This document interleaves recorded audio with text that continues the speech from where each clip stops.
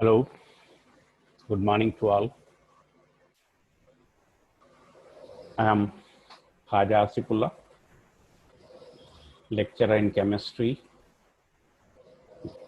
from Government Degree College, Palaknuma, Hyderabad. Today, I will present a lesson on photochemistry. Photochemistry is the branch of chemistry which deals with the absorption of light radiations and its effect, both physical and chemical, on the substance.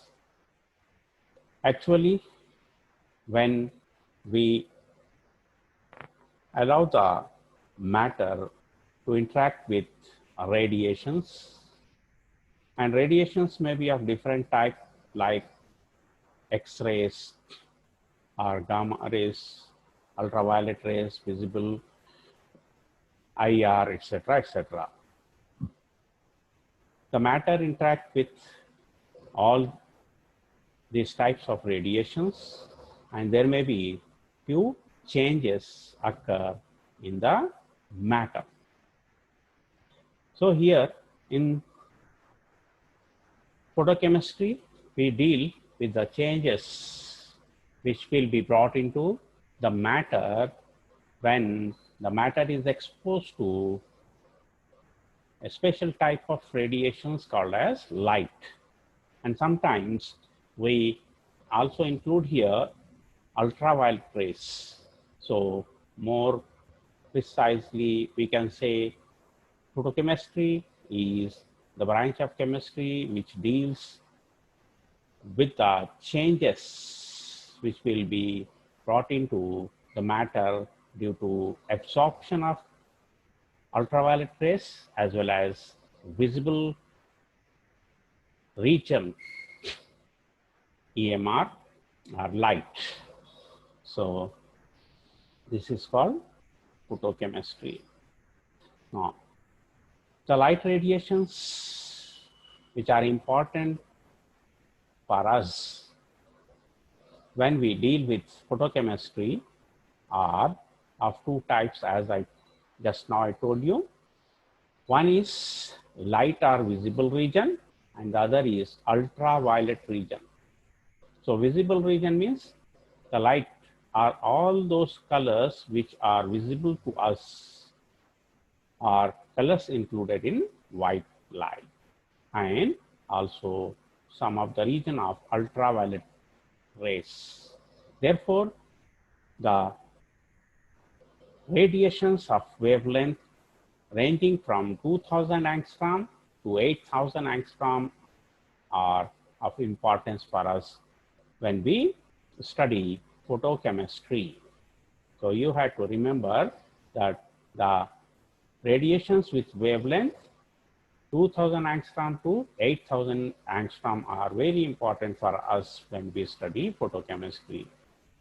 Now, the process involving light are generally called photoprocesses. So any process or reaction, generally a process, because we know here in photochemistry, we have physical processes as well as chemical processes. So first, let us say photoprocesses. So these are of two types. One is physical, another is chemical. So first one is photophysical process, and the second one is photochemical process.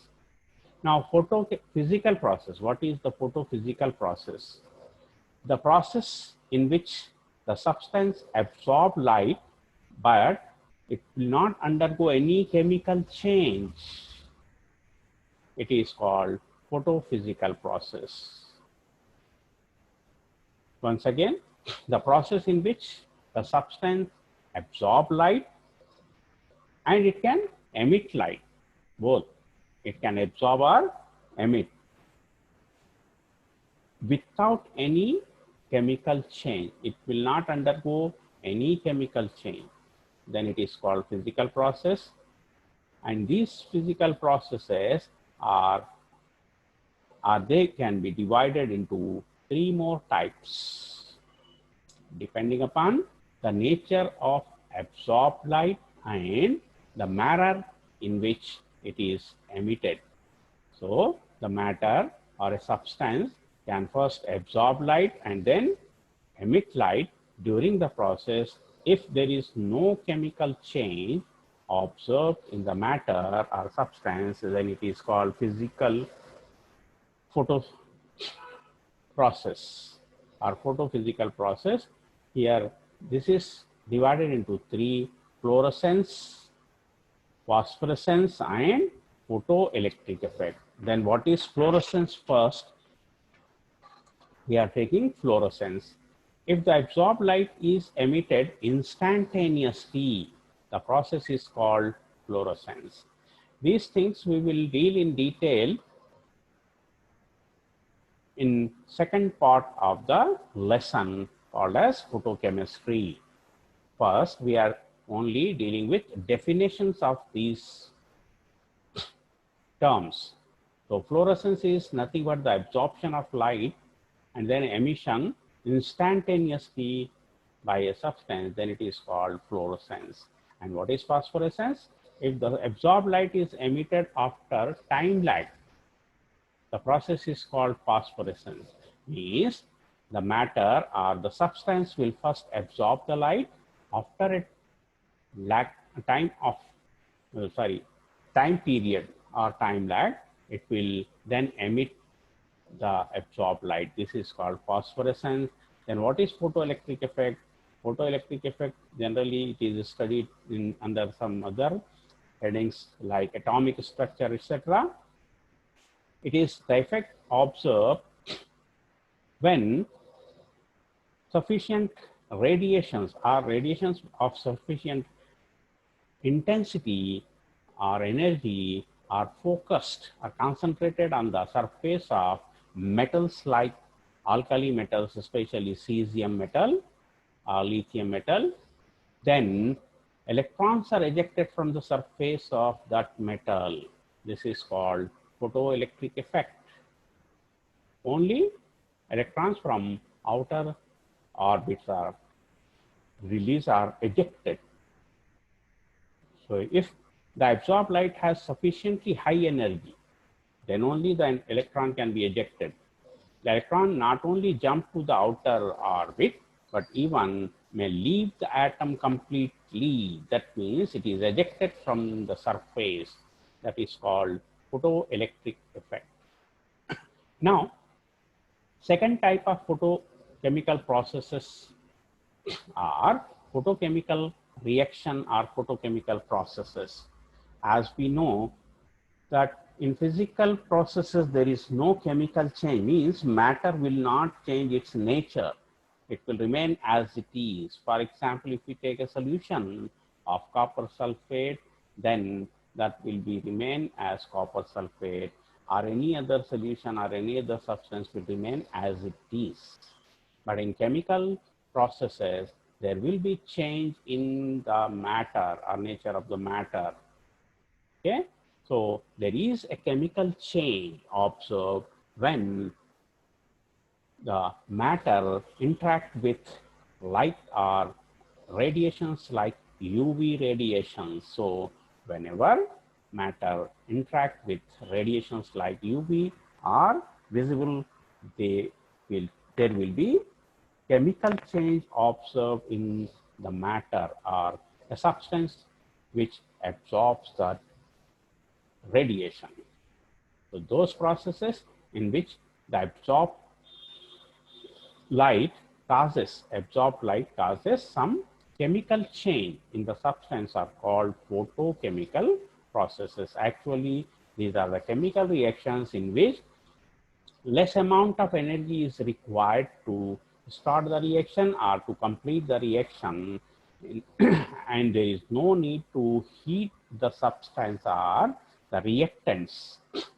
Then only light or radiations like UV radiations can pass through the reactant mixture so that the reaction gets completed. For example, we have H2 and Cl2 as the reactants. If we pass light through the mixture of hydrogen and chlorine, they will form HCl. So only light is required. Means hydrogen and chlorine are so reactive that even if they get some light, they will convert themselves into product HCl. Similarly, it is very old process in nature. It occurs where carbon dioxide and water combines in presence of chlorophyll and light to form C6H12O6, glucose or fructose, and also we get oxygen during the process. So it is well-known photochemical process, or it is also known as photosynthesis. Here photo is nothing but refers to light. So this reaction will take place only in the presence of light. If it is absent, that means light is absent, or if the reaction, if we want to occur in darkness, it will never occur or it will never complete. Why? Because it needs light. So 6CO2 plus 6H2O gives rise to C6H12O6 plus 6O2, but this reaction takes place only in the presence of light as well as in presence of chloroplast, which contains chlorophyll. So before going into the details of absorption of light and its effect, both physical and chemical, on the substance, let us try to distinguish between the physical process and chemical process. As I told you, photochemistry is nothing but the interaction of matter with radiations like light and ultraviolet light, etc., ultraviolet radiation, etc., where some chemical change will occur during the process. But because we have gone through the physical change, physical process also, so let us discuss about the differences between the chemical processes and the physical processes. So we have few differences between physical and chemical processes. Now, the major difference is in physical process, there will be no chemical change. In chemical process, there will be chemical change. Now, let us try to understand the difference between thermochemical and photochemical reactions. You know that reactions or chemical reactions can be broadly divided into two. One is thermochemical, another is photochemical. Thermochemical reactions are those which need to be heated, where or in which reactants are heated so that there will be large amount of heat or energy in the form of heat absorbed by the reactants, and then the conversion of reactant into product will take place. Whereas in photochemical reactions, only small amount of heat in the form of light or ultraviolet radiations is required. So the first difference is these reactions, that means thermochemical reactions absorb, or they involve absorption or evolution of heat. In most of the reactions, chemical reactions, heat evolves. Those are called exothermic reactions. And the reactions in which heat is absorbed is called endothermic.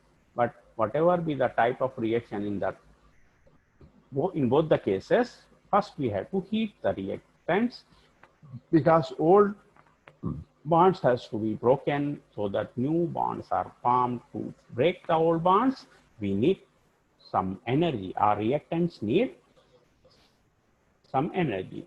Therefore, they absorb heat or energy in the form of heat to carry the reaction. Whereas in photochemical reactions, these reactions involve absorption of light only. Next, second one is they can take place even in dark. Means in thermochemical reactions, reactions can take place in dark, but in photochemical reactions, it will not take place in dark. As I told you just now, in photosynthesis, we need light, and in absence of light or in darkness, it will not proceed. Why thermochemical reactions will take place in dark? Because we supply energy in the form of heat, not in the form of light. So heat exists in both form, in the form of light or in not visible, means like UV rays, X-rays, or gamma rays, IR, microwaves, etc. Third difference is the free energy change, that is delta G of thermochemical reaction is always negative. For a reaction to be spontaneous, always delta G should be negative, but for photochemical reactions, it can either be positive or in few cases it may be positive. In most of the cases it is negative, but in few cases it is positive also. Fourth one is for thermochemical, it produces continuous increase in energy, whereas for photochemical, it produces change in the electronic state only. Next is the absorption of heat increases the energy of all molecules in thermochemical reaction. When matter or substances or the reactants absorb energy, means every molecule of that reactant which is present in the reaction vessel will absorb the heat or energy in the form of heat. Whereas here in photochemical change, a large amount of absorbed energy is limited to a single molecule, means only single molecule can absorb the light, and there can be few changes inside the molecule, like excitation of electrons from lower level to higher level, means electron will jump from lower to higher level when it absorb energy in the form of light or in photons or quanta. The next one is in thermochemical, the required activation energy is provided by intermolecular collisions or in the form of heat. If supply of heat is not much, then what will happen? There will be collisions between the molecules of the reactants. During the collision, they will exchange their energies. One of the molecule will absorb or take the energy of other, and when its energy is increased, it will convert itself into molecule of product. Whereas in photochemical reactions, the required activation energy is gained through absorption of visible or ultraviolet light radiation. Next one is, in addition to increase in electronic states, it causes increase in vibrational and rotational states also. In thermochemical changes, and energy gain is that high that beside in the increase in energy of electronic state or electrons, there can be increase in vibrational and rotational states of electron. Whereas in photochemical reaction, visible and ultraviolet radiations cause excitation of electronic states from bonding molecular orbitals to anti-bonding molecular orbitals. As you know, anti-bonding molecular orbital, that is ABMO, will possess more energy than bonding molecular orbitals, or energy of ABMO will be higher than BMO. Therefore, there will be change in electronic state from bonding molecular orbital to anti-bonding molecular orbital. Now, the last change which we can discuss here is, in thermochemical reactions, temperature has significant effect on the rate of thermochemical reactions. As the temperature increases, rate of reaction increases for thermochemical reactions. This we have discussed already in chemical kinetics. So in the lesson chemical kinetics, we dealt in detail about the change in or the effect of change in temperature and the rate of reaction. You have to remember that rate of reaction of thermochemical reactions always increases with increase in temperature. Why? Because as I said, there will be collisions between the molecules of the reactants, which if possess much energy, which is called activation energy, will be converted into the products. Otherwise, they will return back to reactant form. So in photochemical change, we have the rate of photochemical reactions which are not affected significantly by temperature. However, the intensity of light has marked effect on the rate of these reactions. So the rate of reaction is not much altered by temperature here, but the intensity of light will have effect on the rate of these reactions. Now,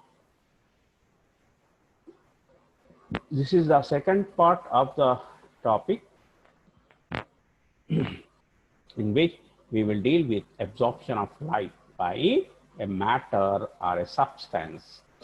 You know, when some matter or a quantity of matter is exposed to some sort of radiations like light or ultraviolet radiations, naturally some of the radiations will be absorbed by that matter and there will be some change in the matter.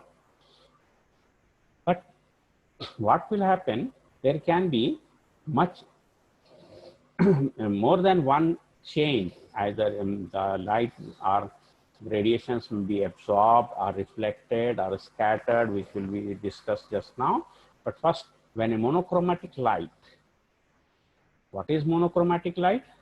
Light consisting of single wavelength means we will pass the light of different wavelengths through a filter which can give you a light of only single wavelength, or we will use a source of light which can emit only the light of single wavelength. So monochromatic light means light consisting of a single wavelength, which is passed through a medium. And here medium means some sort of matter is present there. Some light is absorbed by the medium. As I said just now, when light is passed through a medium, some of the light will be absorbed, some of the light will be reflected, some of the light will be scattered. So many changes may take place. But here we will deal with absorption of light. So absorption of light means absorption of photons. Here, photons are very important for us. What is a photon? It is nothing but a quantity of energy or light, or it is called quanta or quantum of energy. Generally, we know from Planck's quantum theory, a photon means h nu. H nu, the product of h, that is Planck's constant, and nu, the frequency of radiations absorbed or emitted, is called the quanta or photon or quantity of energy. So a photon is a unit of electromagnetic radiations like light or UV. So a photochemical reaction requires absorption of a definite energy by the reactants. So when reactants are exposed to light, they will absorb energy in the form of quanta or photons.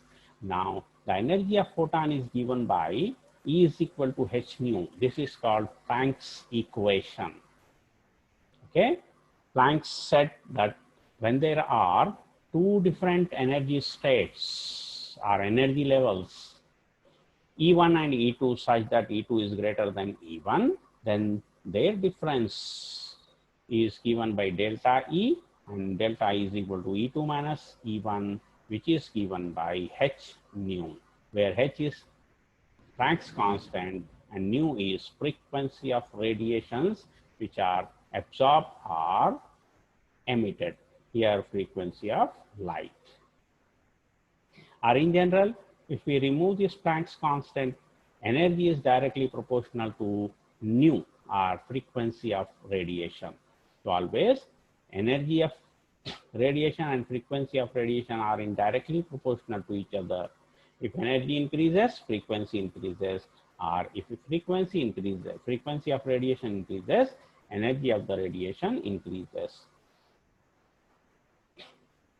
But we know that nu, that is frequency, is nothing but c by lambda, where c is velocity of light and lambda is wavelength of the radiations.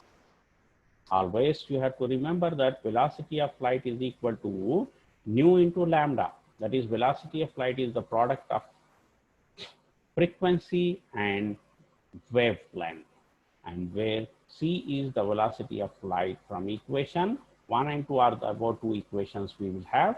E is equal to h into c by lambda. If you take this equation here, c is velocity of light, which is constant, h is Planck's constant, therefore both are the constant. So here energy is inversely proportional to its wavelength.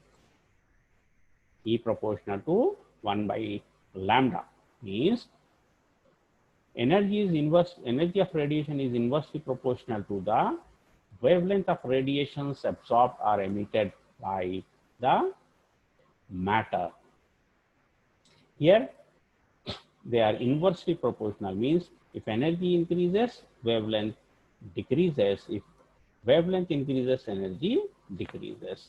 Sometimes energy of photon is expressed in terms of wave number also, and wave number is given by nu bar, and nu bar is defined as the number of wavelengths per centimeter. Means if we take the only 1 centimeter or 1 meter, how many waves are present in that, it is called wave number, and wave number nu bar is given by 1 by lambda, and lambda is given by 1 by nu bar. If we substitute these values, we will get E is equal to hc nu bar. Again, c and h are constant. H is Planck's constant, c is velocity of light or radiation, so E is proportional to nu bar. Now, as I told you just now, when energy is or matter is exposed to energy, there can be more than one phenomena that can be observed. First, some of the radiations are absorbed by the medium or material which we have taken in that. Okay, the surface and the material can reflect some of the radiations, and some of the radiations may get scattered when it directly come in contact with the molecules of the matter or material or substance which is taken. And sometimes interference, etc., can be taking place when some light or energy in the form of light or ultraviolet radiations are concentrated on the quantity of matter. For example, if we take a solution of sugar in a beaker, we have two different solutions of same solute with two different concentration. Here, less number of particles are shown here, so its concentration is less. Here, more number of molecules of solute are present, therefore its concentration is here high. When the same light is allowed to pass through the different solutions, here, because less number of solute particles or concentration of solution is less, more light is passed through it. Very few or less amount of light is absorbed here. Here more amount of light is absorbed. Therefore, the light which is passing through the solution is less. Now, means we know that if solution is having more number of particles, that will absorb more amount of light, and also it depends on thickness, etc. So this can be studied under the laws of absorption. So laws governing absorption of light. First today we will take one of such law called as Lambert's law. This was proposed by Lambert in 1760 and is applicable to pure homogeneous mixture. So we had to take here a solution of pure solvent in water, etc. So the essential features of the law are discussed as when a medium absorbs appreciable amount of light, the intensity of incident light is greatly reduced on passing through it. What is incident ray? This is called incident ray. The light which falls on the beaker or the light which is concentrated on the solution or medium is called incident ray. So this is incident ray. Its intensity is decreasing when it is passing through the medium. This reduction in the intensity of light is given by Lambert's law, which says that when a beam of monochromatic light, again we are taking monochromatic light, means light consisting of same wavelength. All waves are having same wavelength. Is passed through a pure homogeneous mixture, the decrease in intensity of light with the thickness of the absorbing medium at any point x is proportional to the intensity of incident light. At that point, mathematically, because the intensity of light is decreasing when it is passing through the medium, therefore we are using minus sign here. So the minus sign here gives you an idea that the intensity of light, incident light, is decreasing with thickness. Here x is the thickness. Okay. In the above example, we have taken concentration, but now we are taking the thickness. For example, this is the total thickness or the width of the cell. Maybe it is a beaker, so this much is the length.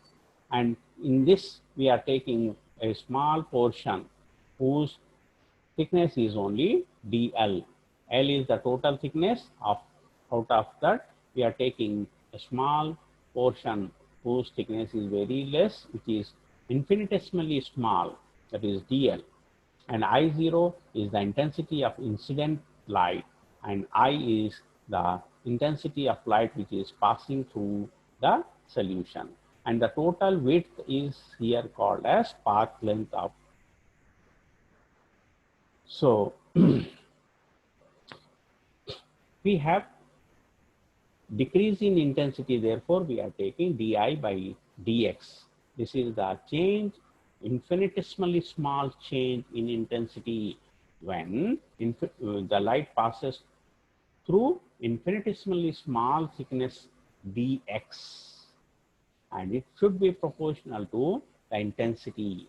And when we have the proportionality sign, means it is an expression and we need an equation to solve any problem. So when we convert it into equation, we will get minus di by dx is equal to k into I. I is intensity, k is a constant here, and we have to integrate this equation. To integrate this equation, we have to bring similar terms on one side, because I and di both are intensities. I is intensity, whereas di is change in intensity, very small change in intensity. So we are bringing this I to the left side, so it will become di by I. And we are sending this minus sign to the right side, and also dx, which is infinitesimally small thickness. So di is infinitesimally small decrease in intensity of radiation when they pass through infinitesimally small thickness of the medium or solution. And k is constant called as absorption coefficient or extinction coefficient of the medium. So the value of K depends on the nature of the solution or the material. When the light of a particular wavelength is used, this is called Lambert's law. So the equation of Lambert's law is di by I is equal to minus K dx, but there is an alternate method or alternate way to study this law named as Lambert's law, and it can be expressed as, suppose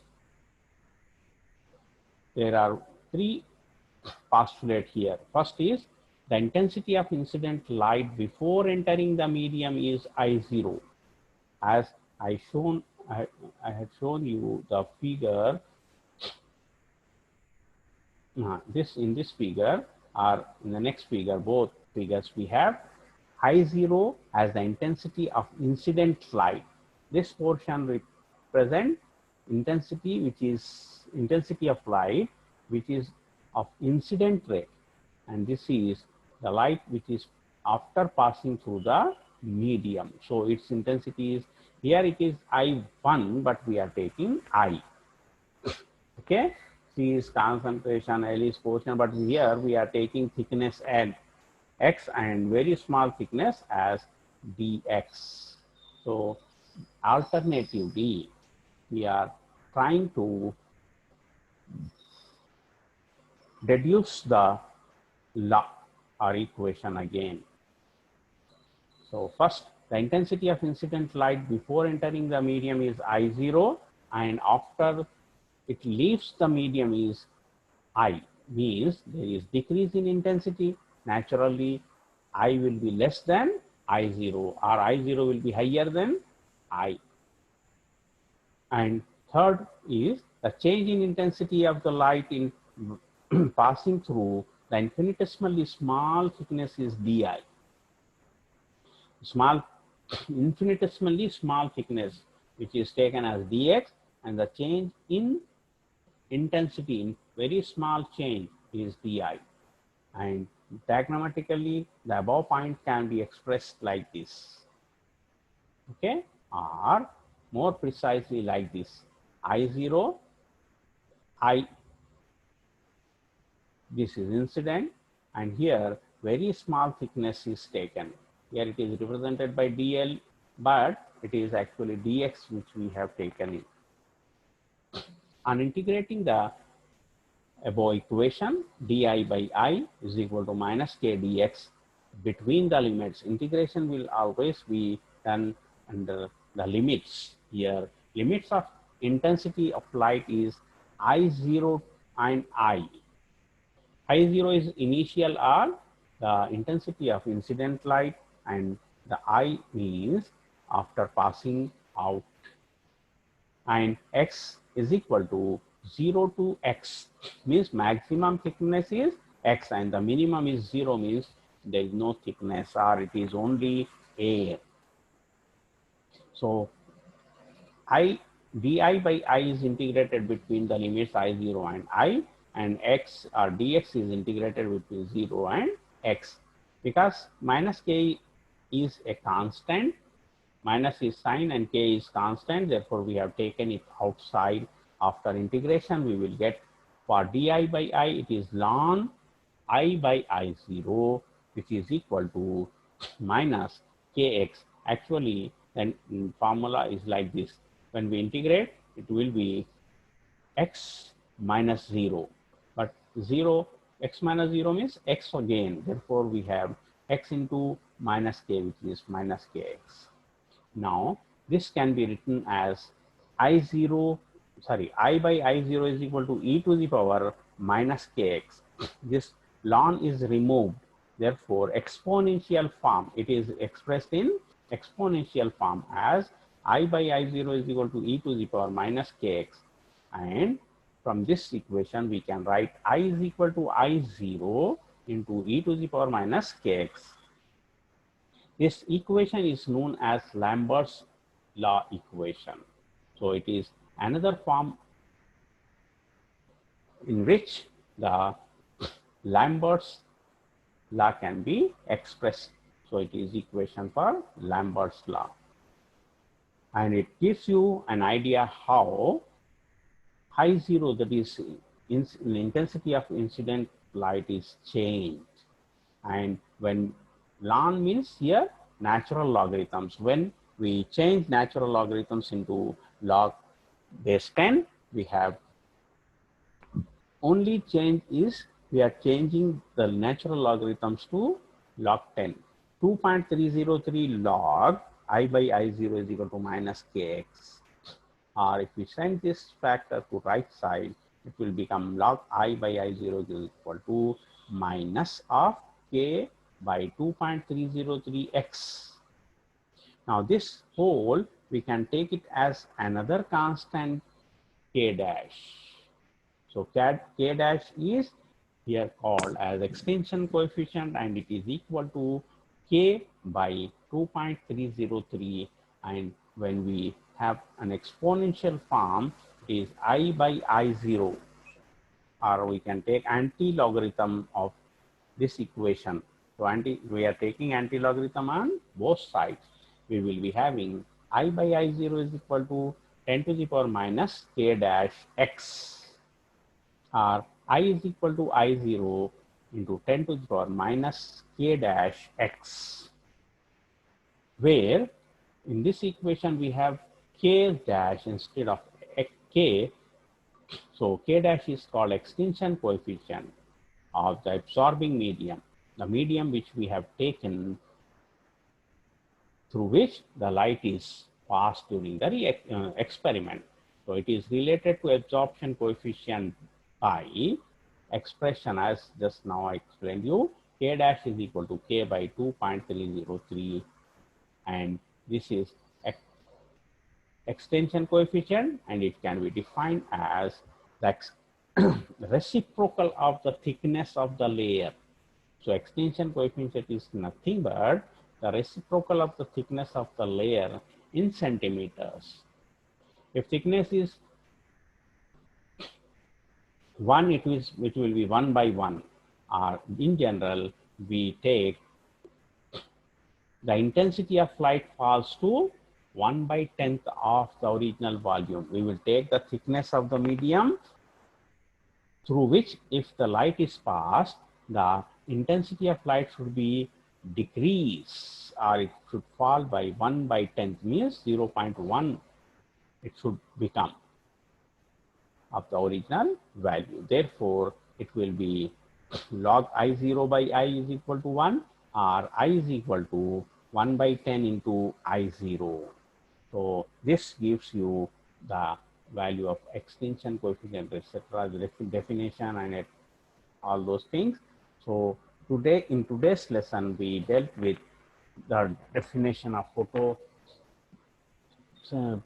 physical and photochemical processes, and then differences between photochemical and photophysical processes. And also we dealt with the types of photophysical processes like fluorescence, phosphorescence, and photoelectric effect. Then we dealt with the absorption of light by the matter, how there will be some change in the intensity of light, and it was studied by Lambert.